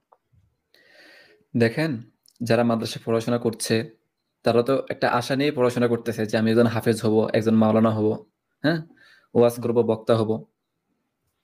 আমি বলবো যে প্রত্যেকটা ছাত্র কিন্তু পারে না ধর্ম ব্যবসা করতে। হ্যাঁ, প্রত্যেকের হয়তোবা অনেকে দেখবেন যে হাফেজ, মাওলানা, মুফতি, কিন্তু মানে হাজার মানুষের সামনে কথা বলার সেই শক্তিটুকু তার হয়ে ওঠে না। আমি দেখেছি কথা বলার সেই যোগ্যতাটুকু থাকে না। অনেক মানে হুজুরদেরকে আমি নিজেও দেখেছি, কিংবা আশেপাশে গ্রামের কিছু ছোট ছোট মসজিদ আছে, যে ইমাম মুয়াজ্জিন যারা আছে তাদেরকে আমি মাঝে মাঝে দেখি। তবে আমি তাদের উদ্দেশ্যে একটা কথাই বলবো যে আপনারা এভাবে সময় নষ্ট না করে নিজের লাইফটাকে নিয়ে কিছু ভাবুন। হ্যাঁ, বর্তমান টেকনোলজির যুগ অনেক এগিয়েছে। এআই, তারপরে হচ্ছে গিয়ে ChatGPT, বিভিন্ন ধরনের অনেক মানুষ বিভিন্ন সোর্স থেকে ইনকাম করতে পারতেছে। হ্যাঁ, তারপর আপনি চাইলে ফ্রিল্যান্সিং করতে পারেন, এডিটিং এর কাজ শিখতে পারেন। এটা আপনার জন্য খুবই ভালো, নিজের একটা কেরিয়ার হলো, একটা স্কিল থাকলো এটা। এমন না যে আপনি এই যে ৬-৭ হাজার টাকা আমি বললাম যে বেতনের কথা যে বললাম, আপনি কি এই যে এত বছর পড়াশোনা করে হাফেজ, মাওলানা, মুফতি হয়ে আমার মতো ৬-৭ হাজার টাকার বেতনে চাকরি করতে চান আপনি? আপনি এই ৬-৭ হাজার টাকা দিয়ে কেমনে একটা পরিবার চালাবেন? আপনার সন্তানকে কিভাবে পড়াশোনা করাবেন? আপনার স্ত্রীকে কিভাবে চালাবেন আপনি? তাই আপনাদের উদ্দেশ্যে বলবো যে আপনারা একটু ভাবুন, কিছু শিখুন, নিজের একটা স্কিল থাকুক। যে এই যে আমরা এখন যে কথা বলতেছি, যে আলেমরা যে ওয়াজ করে করে যে ছাড়তেছে, হ্যাঁ? তারা তো এই যে কিছুদিন আগে সবকিছুই বয়কট করলো, যে ইসরায়েলের সবকিছু বয়কট। তারপরে হচ্ছে গিয়া পেপসি, বিভিন্ন ধরনের সাবান, জুতা, বাটা সবকিছু বয়কট করে দিল। এই যে তারা যে ফেসবুকের মধ্যে যে ইসলামটা যে প্রচার করতেছে, প্রচার প্রসারণা যে করতেছে, তারা এই যে ফেসবুকটাকে কেন বাতিল করতেছে না ওইখান থেকে? এই যে ইউটিউবটা তারা কেন বাতিল করতেছে না? তারা তো ইসলামটাই প্রচার করতেছে এটার মাধ্যমে। ইহুদিদের বানানো ওই সফটওয়্যার থেকে তারা ইসলামিক সুযোগ সুবিধাগুলো তারা নিচ্ছে। এটা কেন? সবগুলো তো বয়কট করলেন, এটা কেন বয়কট করতেছেন না? যাক, আমি ওদের উদ্দেশ্যে কিছু কথা বলবো যে আপনারা এডিটিং এর কাজ শিখুন, একটা স্কিল রাখুন। আপনাদের দ্বারা ওই যে 6-7 হাজার টাকা ইনকাম কইরা নিজের পরিবারও চালানো কখনো সম্ভব না, নিজের সন্তানদেরকেও কখনো চালানো সম্ভব না। তাই আমি মনে করি ওখান থেকে ভালো একটা অ্যামাউন্ট আপনারা পাবেন। ওখানে নিজের একটা স্কিল থাকুক। এটা তো ভাই আপনি ইনকাম করবেন, আপনি কাজ করবেন, কষ্ট করবেন, এখানে ওটাতে তো কষ্ট করতে হবে, তাই না? রাইট, কষ্ট করতে হবে। ওটাতে তো কষ্ট করতে হবে। এমন না যে আপনি ওই যে আপনি ইহুদিদের অ্যাপস ব্যবহার করলে আপনি টাকা পাবেন, বিষয়টা কিন্তু তেমন না। কিছু মানুষ মনে করে এমন যে আরে ইহুদিদের পণ্য ব্যবহার করলে আমরা টাকা পাবো, এটা কেমন না? আমরা আমগো তো জাহান্নাম ছাড়া কিছু না। হ্যাঁ, এমনকি এই যে কিছুদিন আগে ফেসবুক ভাইয়া, চালাইতে পারেন, ইউটিউব চালাইতে পারেন, আপনি ফ্রিল্যান্সিং করতে পারবেন না, এডিটিং শিখতে পারবেন না, এটা তো কুসংস্কার। সেটাই। আমারে ওই যে আমি যখন বাড়িতে ছিলাম, আমার আম্মু মারা যাওয়ার পরে ওই অনেক ঝামেলা ছিল ওখানকার মধ্যে। আমার একজন চাচ্চু ছিল, উনি আমারে বলল, উনি কিন্তু ওনার ভাইয়ের টাকা চলে, কিন্তু উনি কিন্তু সবার বড়। আমার কাছে খুব আফসোস লাগে ভাইয়া ওনার প্রতি। উনি জানে কিন্তু যে আমি এডিটিং এর কাজ করি, তখন এডিটিং এর কাজ শিখতেছি, এডিটিং এর কাজ করতেছি, কম্পিউটারের কাজ করি আমি। তো ওনার কাছে এটা খারাপ লাগতেছে যে তুই ইহুদিদের কাজ করিস, এটা কেমন কথা? হ্যাঁ, ইহুদিদের দালালগিরি করতেছিস নাকি তুই? আমার এরকম ধরনের কথা, আমার এত রাগ উঠছে। আমি বললাম যে আমি এখানে খাটতেছি, কষ্ট করতেছি, পরিশ্রম করতেছি এখানে এখানে ইহুদিদের টাকা, মানে আমি বুঝলাম না আপনি কি বোঝাতে চাচ্ছেন। অথচ উনি কিন্তু নিজে ইনকাম না কইরা উনি ওনার ছোট ভাইয়ের ইনকাম দিয়ে ওনার স্ত্রীকে উনি চালাচ্ছে। ছোট ভাই সারাদিন রাত দিন পরিশ্রম করে খাটতেছে, তারপর হচ্ছে কি উনি বসে বসে খাচ্ছে। এটা খুব খুব খারাপ লাগছিল আমার কাছে। তখন আমি ভাবছি কিছু বলবো, কিন্তু বলতে পারি না। এখন বলতে গেলেই তো মুখ খারাপ হয়ে যাবে। উনি বিভিন্ন ধরনের বলবে যে এই ছেলে তো বেয়াদব, এই ছেলে তো খারাপ, এই ছেলে মুখে মুখে তর্ক করে, এই জন্য আর কিছু বলিনি, চুপচাপ ওখান থেকে চলে আসছি আর কি। তো ওটাই প্রকাশ করলাম। আরেকটা হচ্ছে ভাই, আমি এটা বলতে ভুলে গেছি। মাদ্রাসার মধ্যে হুজুর আমাদেরকে একটা শিখাইছে, বলছে যে তোরা যখন বিয়ে করবি, হ্যাঁ, কোনো নারীকে যখন বিয়ে করবি, সবসময় তার স্তন দেখে বিয়ে করবি, যে তার স্তন কত বড়। ছি, ছি, ছি। এটা শিখেছে আমাদেরকে। আমি বলবো ওই এর আগের প্রসঙ্গতে বললাম, ওই দূর দূর থেকে একটা মহিলাকে উনি কোন নজরে দেখছে, উনি কতটা খারাপ নজরে, নিকৃষ্ট নজরে উনি দেখছে। পরবর্তীতে এই কথাটা বলছিল আমাদেরকে। এটা আমি শেয়ার করে দিলাম, এটা ভিতরে রেখে তো কোনো লাভ নেই, কারণ তাদের মুখোশগুলো উন্মোচন হোক এই মানুষের মাঝে, যে তাদেরকে একটু বুঝুক যে তারা আসলে কেমন। এটা আসলে খুবই আনফরচুনেট। এইভাবে যদি কেউ একটা মানে আহারে, আমার আমার মনে হয় যে মাদ্রাসার যে আলেম ওলামা যারা আছেন, শিক্ষক, তাদের ট্রেনিং এর ব্যবস্থা করা হোক, তাদেরকে আসলে এই অমানুষ থেকে মানুষ বানানোর দরকার। নাহলে এইভাবে যদি মানে শিশুদেরকে এরকম জঘন্য কথাবার্তা শেখায়, এটা তো আসলে আমাদের সমাজে এই মানুষগুলো তো আমাদের সমাজের জন্য ভয়ঙ্কর, এবং এই ভয়ঙ্কর মানুষদের যদি আমরা সুশিক্ষা দিতে না পারি, তাহলে আমাদের সন্তানদেরকে তো এরা একদম মানে ধ্বংস করে ফেলবে, তাই না? আমি একদম শেষের দিকে দর্শকদের বলবো যে আপনারা আমাদেরকে মতামত জানাবেন, এখানে অনেকেই যুক্ত আছেন। মতামত জানাবেন যে আমরা কিভাবে আরো এটাকে ডেভেলপ করতে পারি, আমরা কিভাবে আরো মানুষের মধ্যে সচেতনতা তৈরি করতে পারি, আমরা কিভাবে এই যে ধরেন বর্বরতা, এই বর্বরতাগুলো থেকে পরিত্রাণ পেতে পারি, এবং বিশেষ করে আপনাদের একটা ভূমিকা প্রয়োজন যে আপনারা আসলে সমাজটাকে সুন্দর করার জন্য উপকার করবেন। আমি শেষ দুই একটি কমেন্ট পড়বো, কমেন্ট পড়ে লাইভটি এখানে শেষ করব। যেমন একজন কমেন্ট করেছেন সুলতান উল কবির, আপনারা তার এই লিঙ্কটা যদি কেউ কমেন্ট থেকে পান আমাকে এখানে কমেন্ট করে, আমি তার তিনি বলছেন তুই পৃথিবীর যেখানে থাকিস না কেন তোর মাথা আলাদা করা হবে, তোকে আমি ভারত গিয়ে মাথা থেকে দেহ আলাদা করে ফেলবো, আমার জীবনের সব টাকা মারার জন্য ব্যবহার করবো। এটা বোধহয় আমাকে বলেছেন। যদি এটা করে থাকেন আমি একটু আপনাকে দেই, এই যে মাদ্রাসায় পড়লে যেটা হয় আর কি, মানে বা ইসলামিস্ট হইলে যেটা হয়, জ্ঞান বুদ্ধিও থাকে না। ভাই আমেরিকার ভিসার জন্য অ্যাপ্লাই করেন, আমেরিকা আসলে আমার জানাইন। আমি ওয়াশিংটন স্টেটে থাকি, আপনি যদি নিউ অন্য যে কোনো স্টেটে আসলে আপনি জানেন না, আপনাকে আমি দাওয়াত খাওয়াবো, আপনাকে আমি বাঙালি রেস্টুরেন্টে নিয়ে খাবার খাওয়াবো। আর আমেরিকা আসলে আপনি আমাকে মারতে পারবেন না, এই সুযোগ আপনি পাবেন না। তো এই খামাখা থ্রেট করেন না, যদি করেন সেটার জন্য যদি মনে প্রাণে বিশ্বাসই করেন খাইয়ে ফেলবেন, আমার মেরে ফেলবেন, তাহলে সেটার জন্য আসলে ওইভাবে মানে যথাযথ প্রক্রিয়া করেন, অনুসরণ করেন। আমি ভারতে থাকি, ছিলাম একটা সময়। তো এইটা একটা কমেন্ট। আর একটা কমেন্ট আমি এই লোকের দেখার চেষ্টা করলাম ফেসবুকে। আচ্ছা, যাই হোক, এনাম ভাইকে অনেকে গালাগালি করছেন। এনাম ভাইয়েরও একটা চুল মাথায় যে দেখতে পাচ্ছেন অনেক ঘন চুল, সেই চুলের একটা চুলও আপনারা ছিঁড়তে পারবেন না, এবং যদি ছিঁড়তে পারেনও সেটা আপনাদের জন্য হিতে বিপরীত হবে। কতজনকে আটকাবেন? সামনে আরো অনেক মুফতি মাওলানা আমাদের সামনে আসবেন, এমনকি অনেক নারীরাও আসবেন যারা ইসলামের খুব গুরুত্বপূর্ণ জায়গায় অবস্থান করছিলেন।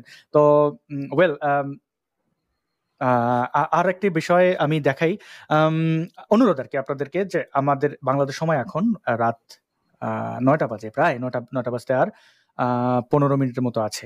আপনারা এই শোটি, এই লাইভটি শেষ হওয়ার পরে বাংলা সময় রাত 10টায় ইশতেহার আপনাদের কাছে অনেকেরই মন জয় করেছে। ইশতেহারে আপনারা ইউনূসের জাপান সফর, এটা পলিটিক্যাল একটা আপনারা আলোচনা শুনবেন। আমাদের সাইফুল আমিন ভাই, সিনিয়র সাংবাদিক, প্রথিতযশা সাংবাদিক সাইফুল আমিন ভাই এটা বিশ্লেষণ করবেন।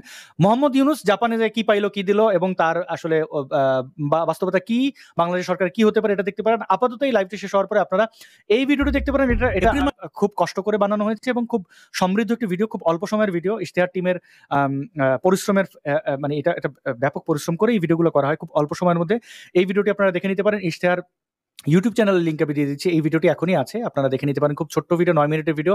আমি এটা নিশ্চিতভাবে বলতে পারি যে আপনারা সমৃদ্ধ হবেন, আপনাদেরকে এই আহ্বান জানাই। এবং এই দুটো ভিডিওর মানে লাইভের এবং এই ইউনূসের সর্বশেষ শোধ নেবে বাংলাদেশ, এই ভিডিওর লিঙ্কটাও থাকবে এখানে। কুখ্যাত রাজাকারদের যে খালাস দেওয়া হয়েছে, এই দুটোই ডিসক্রিপশনে, ইউটিউবের ডিসক্রিপশনে এবং ফেসবুকের কমেন্ট, এই ফেসবুক থেকে যারা দেখছেন কমেন্টে পেয়ে যাবেন। এবং আমি এই কমেন্টও এইমাত্র দিয়ে দিলাম, আপনারা সেখানে যুক্ত থাকতে পারেন, দেখতে পারেন, আমাদের সাথে থাকুন, ইশতেহারের সাথে থাকুন। ইশতেহার থেকে কোয়ালিটিফুল ভিডিও আপনাদের সামনে দেওয়া হয়। হাফেজ এনামুল হক, আপনাকে অসংখ্য ধন্যবাদ। ভবিষ্যতে আপনার অনেক কথা শুনবো। আজকে মাঝখানে যে এই যে যান্ত্রিক ত্রুটি, ইলেকট্রিসিটি ছিল না, এবং তারপরে আপনি যে বিভিন্নভাবে আমাদের মধ্যে যুক্ত ছিলেন, ধন্যবাদ জানবেন, কৃতজ্ঞতা জানবেন। এবং আমার পক্ষ থেকে, ব্যক্তি আসাদ নূরের পক্ষ থেকে আপনার প্রতি কৃতজ্ঞতা, যে আপনার এই অল্প বয়সে যে আপনি মুক্তভাবে নিজেকে আবিষ্কার করতে পেরেছেন, নিজেকে মুক্ত জায়গায় রাখতে পেরেছেন, আপনার বাকি যে জীবনটা খুব সুন্দর কাটবে, স্বাধীনভাবে কাটবে, আপনার এই বাকি জীবনের জন্য অভিনন্দন। জি, ধন্যবাদ ভাইয়া। আমাকে আমার মনের কথাগুলো এই সবার সামনে শেয়ার করার জন্য, সুযোগ করে দেওয়ার জন্য আপনাকে অসংখ্য ধন্যবাদ। আপনাকে অনেক ধন্যবাদ, আমাদেরকে সময় দিয়েছেন। সর্বশেষ এটা বলে রাখি যে আপনারা আরেকটি কাজ করবেন। মুফতি ইমরান বিন, মানে এই যে আমাদের এনাম ভাইয়ের এতক্ষণ কথা শুনলেন, এনাম ভাই আসলে কি করেন, তার কাজগুলো দেখতে হলে আপনাদেরকে মুফতি ইমরান বিন বশির ভাই যে চ্যানেলে ভিডিও আপলোড করেন, এই যে ইমরান বশির 24, এই চ্যানেলটি সম্পর্কে আপনারা সচেতন থাকবেন, সাবস্ক্রাইব করে রাখবেন। আমি কমেন্টে লিঙ্ক দিয়ে দিলাম। এখানে যতগুলো ভিডিও আপনারা দেখেন, এগুলো এডিট করেন আমাদের এনাম ভাই। এই যে দেখতেছেন গাজওয়াতুল হিন্দ, এই ভিডিওটি দেখতে পারেন। গাজওয়াতুল হিন্দ নিয়ে খুব চমৎকার একটি কাজ ইমরান ভাই করেছেন। এবং ইমরান ভাইয়ের এই যে দেখতে পাচ্ছেন, এই যে গ্রিন স্ক্রিনের মতো ব্যাকগ্রাউন্ডে যে গ্রাফিক্স, এগুলো এনাম ভাইয়ের কাজ। আপনারা সেই কাজের সাথে যুক্ত থাকতে পারেন। অসংখ্য ধন্যবাদ প্রিয় দর্শক, আপনাদের মাধ্যমে আমরা টিকে আছি, আমরা আমাদের কথা বলে যাচ্ছি। টিকে আছি বলতে সোশ্যাল মিডিয়া আমাদের যে দেখতে পাচ্ছেন, এই যে লাইকস, এই যে কমেন্ট, যেটা সবাই চায়, আমরাও চাই নিশ্চয়ই আপনাদের লাইক, কমেন্টস, আপনারা ফলো করবেন, আমাদের কথাগুলো বেশি মানুষের কাছে পৌঁছাবে, এটাই তো চাই। একজন কৃষক যখন ফসল ফলায়, তিনি চাইবেন যে পুরো মাঠ জুড়ে ফসল ভালো হোক, নষ্ট না হোক। এটা সবারই চাওয়া, আমাদেরও চাওয়া। আমরা এই ভিডিওগুলো তৈরি করে আপনারা দেখবেন, আপনারা এটা থেকে জানবেন, এটাই তো আমাদের চাওয়া। তো সেখানে আপনাদের উপরেই আসলে টিকে থাকা, আপনাদের কারণেই প্রত্যেকদিন ঘুম থেকে ওঠার পরে আশা দেখি। এই যে আমি এখন যে দেশে থাকি, এখানে মধ্যরাত, আমি মানে শেষ রাত, আমি এই যে এত রাতে আমি আপনাদের সাথে আছি কেন, এটাই পরিশ্রমের কাজ। উদ্দেশ্য একটাই, যে আপনাদের নিয়ে ভালো থাকা। অনেক ভালো থাকবেন। হাফেজ এনামুল হক, আপনিও ভালো থাকবেন। ধন্যবাদ।